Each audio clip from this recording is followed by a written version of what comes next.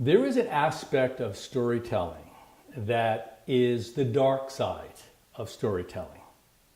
I've been speaking about the light side of storytelling, the positive, the raising the bar for communication, the elevating the conversation on planet Earth, the transmission of insight and wisdom and love.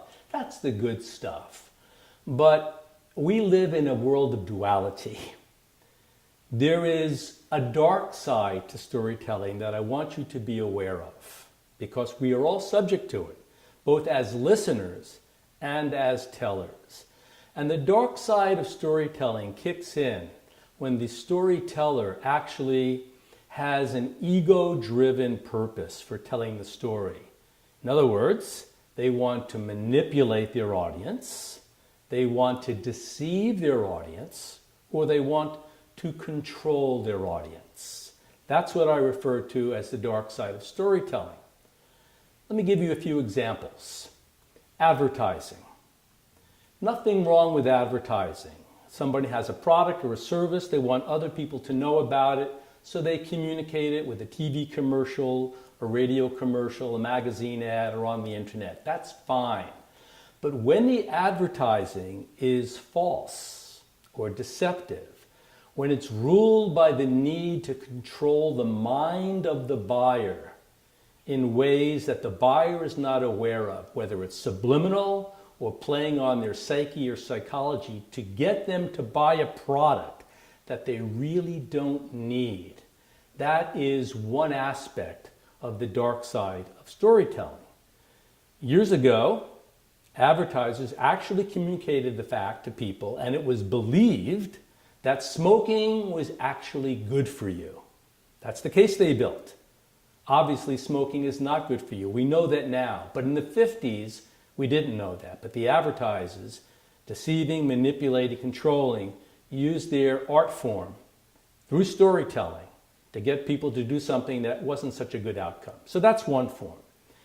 What's a second form of the dark side of storytelling? I would say spin doctors on TV.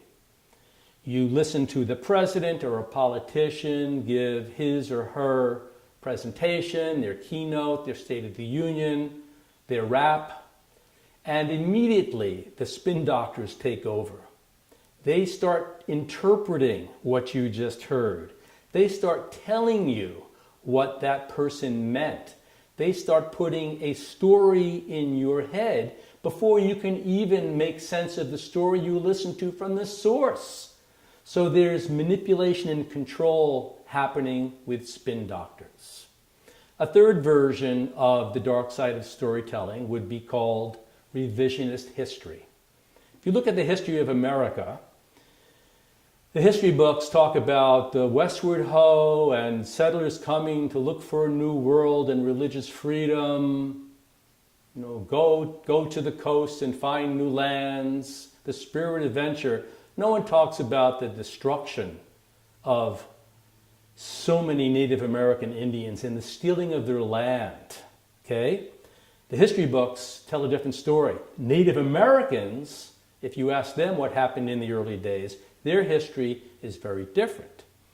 There is another kind of revisionist history around the Holocaust.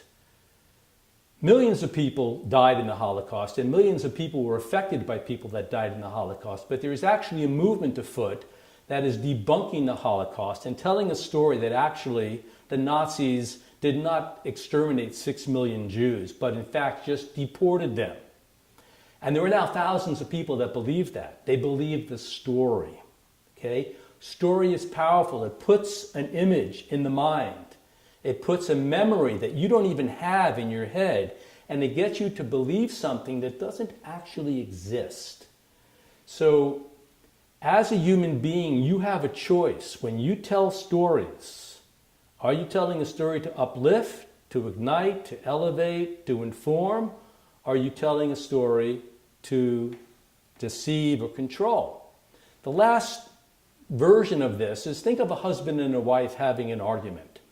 She says this, he says that, she says A, he says B. It's not pretty.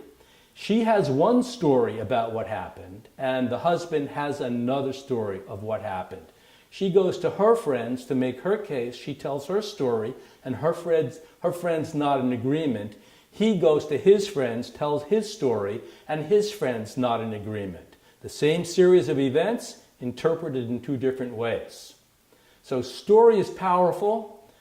My encouragement to you is to consider telling the stories that are real, that are honest, that are impactful, that open the mind and open the heart.